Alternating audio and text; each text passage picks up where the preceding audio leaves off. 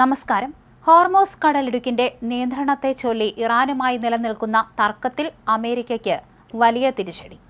Saudi അറേബ്യയുടെ ശക്തമായ എതിർപ്പിനെ തുടർന്ന് കടലിടുക്കിലൂടെയുള്ള കപ്പൽ ഗതാഗതത്തിന് സുരക്ഷ ഉറപ്പാക്കാനായി US പ്രസിഡന്റ് ഡൊണാൾഡ് ട്രംപ് പ്രഖ്യാപിച്ച പ്രൊജക്ട് ഫ്രീഡം എന്ന സൈനിക പദ്ധതി US അപ്രതീക്ഷിതമായി നിർത്തിവെച്ചു. അമേരിക്കൻ യുദ്ധവിമാനങ്ങൾക്ക് തങ്ങളുടെ പ്രിൻസ് സുൽത്താൻ വ്യോമതാവളം ഉപയോഗിക്കാനോ സൗദി വ്യോമപാതയിലൂടെ പറക്കാനോ അനുമതി നൽകില്ലെന്ന് റിയാദ് വ്യക്തമാക്കിയതോടെയാണ് ട്രംപ് പദ്ധതി ഉപേക്ഷിക്കാൻ നിർബന്ധിതനായതെന്ന് US ഉദ്യോഗസ്ഥരെ ഉദ്ധരിച്ച് NBC ന്യൂസ് റിപ്പോർട്ട് ചെയ്യുന്നു. സൗദി കിരീടാവകാശി മുഹമ്മദ് ബിൻ സൽമാനും ട്രംപും തമ്മിൽ നടത്തിയ ചർച്ചകളിലും ഈ ഭിന്നത പരിഹരിക്കാൻ സാധിച്ചില്ല.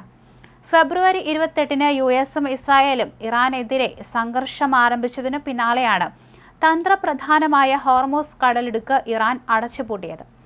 ലോകത്തെ എണ്ണ വിതരണത്തിന്റെ 20% തടസ്സപ്പെട്ടതോടെ ആഗോളതലത്തിൽ രൂക്ഷമായ ഊർജ്ജ പ്രതിസന്ധിയാണ് ഉണ്ടായത്.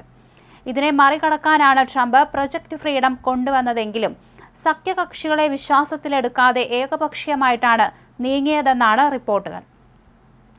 സൗദിയെ കൂടാതെ ഒമാൻ, ഖത്തർ തുടങ്ങിയ രാജ്യങ്ങളെയും കൃത്യമായി അറിയിക്കാതെയാണ് ട്രംപ് പദ്ധതി പ്രഖ്യാപിച്ചത്. പാകിസ്ഥാന്റെയും മറ്റ് രാജ്യങ്ങളുടെയും അഭ്യർത്ഥന മാനിച്ചും ഇറാനുമായുള്ള കരാറിൽ പുരോഗതിയുള്ളതിനാലുമാണ് പദ്ധതി താൽക്കാലികമായി നിർത്തുന്നതെന്നാണ് ട്രംപിന്റെ ഔദ്യോഗിക വിശദീകരണം.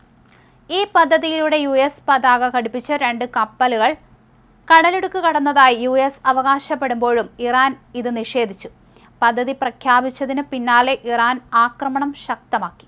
UAയിലെ ഫുജൈറ എണ്ണ തുറമുഖത്തിന് നേരെ ഇറാൻ നടത്തിയ മിസൈൽ ആക്രമണത്തിൽ വലിയ തീപിടുത്തമുണ്ടായി. കൂടാതെ CMA CGM കമ്പനിയുടെ കപ്പലിന് നേരെയും ആക്രമണമുണ്ടായി. അതേസമയം ട്രംപിന്റെ പിന്മാറ്റത്തെ അമേരിക്കയുടെ വലിയ പരാജയമായിട്ടാണ് ഇറാൻ കാണുന്നത്.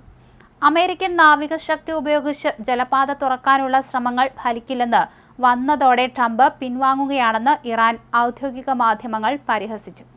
ഇറാൻ ലക്ഷ്യങ്ങൾക്കെതിരായ ഓപ്പറേഷൻ എപ്പിക് ഫ്യൂറി വിജയിച്ചുവെന്ന് US വിദേശകാര്യ സെക്രട്ടറി മാർക്കോ റൂബിയോ അവകാശപ്പെടുമ്പോഴും വെടിനിർത്തൽ ലംഘിച്ച് 10-ലധികം തവണ ഇറാൻ സൈന്യം US സേനയെ ആക്രമിച്ചതായി joint chief of staff general Dan Caine വെളിപ്പെടുത്തി.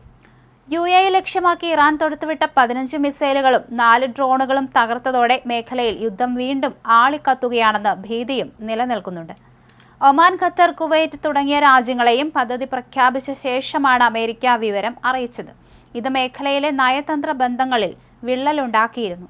ഹോർമോസ് കടലിടുക്ക് തങ്ങളുടെ നിയന്ത്രണത്തിലാണെന്നും ഇനിയും പോരാട്ടം തുടങ്ങിയിട്ടേ ഉള്ളുവെന്നും ഇറാൻ മുന്നറിയിപ്പ് നൽകുമ്പോൾ ഇറാന്റെ നീക്കങ്ങൾ കടൽ കൊള്ളയാണെന്നാണ് മാർക്കോ റൂബിയോ വിശേഷിപ്പിച്ചത്. ഇറാന്റെ ഉന്നത നേതൃത്വത്തിന് ചിത്തഭ്രമമാണെന്നും അവരുടെ തുറമുഖങ്ങൾക്കെതിരെ ഉപരോധം തുടരുമെന്നും അദ്ദേഹം വ്യക്തമാക്കി. കടൽ മൈനുകളും ഡ്രോണുകളും ഉപയോഗിച്ച് കടലിടുക്ക് അടച്ചിടാനുള്ള ഇറാന്റെ ശ്രമങ്ങളെ വാണിജ്യ കപ്പലുകൾക്ക് സൈനിക അകമ്പടി നൽകി പ്രതിരോധിക്കാനാണ് അമേരിക്കയുടെ നീക്കം.